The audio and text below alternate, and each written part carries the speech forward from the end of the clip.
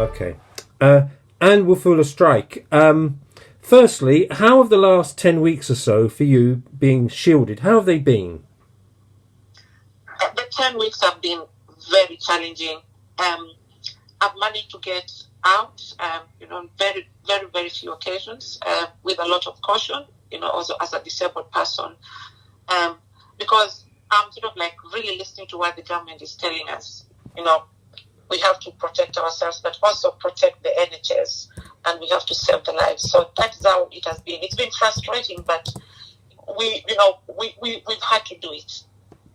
So with the news today that the shielding has been lifted, are you pleased with that, or do you have concerns? I am very concerned, because this is sending mixed and misleading signals, really, contrary to what the scientists are telling us. I think the government and the scientists who are the advisors, they need to be speaking from, the same page. They need to be singing the same song.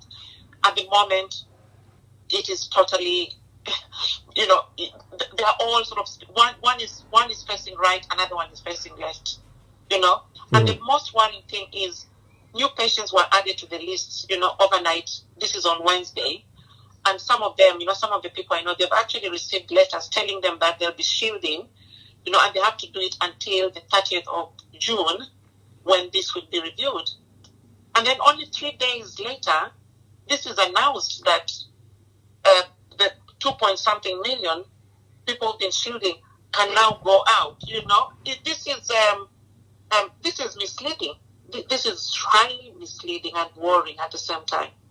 Why do you think the government are doing it? I know you say you're not a politician, but you campaign on a whole range of issues, and very successfully. Why do you think they're doing it? And what's your appeal to the government?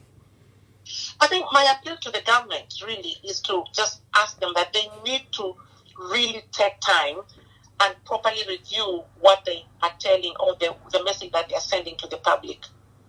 And they also need to discuss the new evidence. Why change overnight? What has changed between yesterday and today? What evidence is there? Please show us. Should we listen to the government, or should we listen to the scientists who are advising the government? Have you spoken to any other people about it, or indeed someone like Robert Halfon as well? Have you spoken to him? I have sort of sent an email to Robert, asking him some of these questions. And I'm sure Robert is going to respond to me. But at the moment, there's a lot of confusion going on. It is very, very confusing. The government needs to discuss the evidence. They need to communicate with the healthcare professionals such as GPs, because it's the GPs who send out these letters. The government needs to be responsible. They need to show proper guidance. They cannot just be telling us that we need to protect the NHS and protect lives while they're sending us these mixed signals. And what about you? Are you simply going to stay put and continue to live the way you have for the last 10 weeks? I am still going to do that because until, honestly, I think I'm now going to choose to listen to the scientists maybe more than what the government are telling us.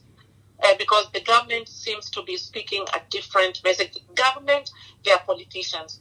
And when you're talking about this pandemic, I think maybe the scientists have better information. They're probably better well placed to really tell us what is happening.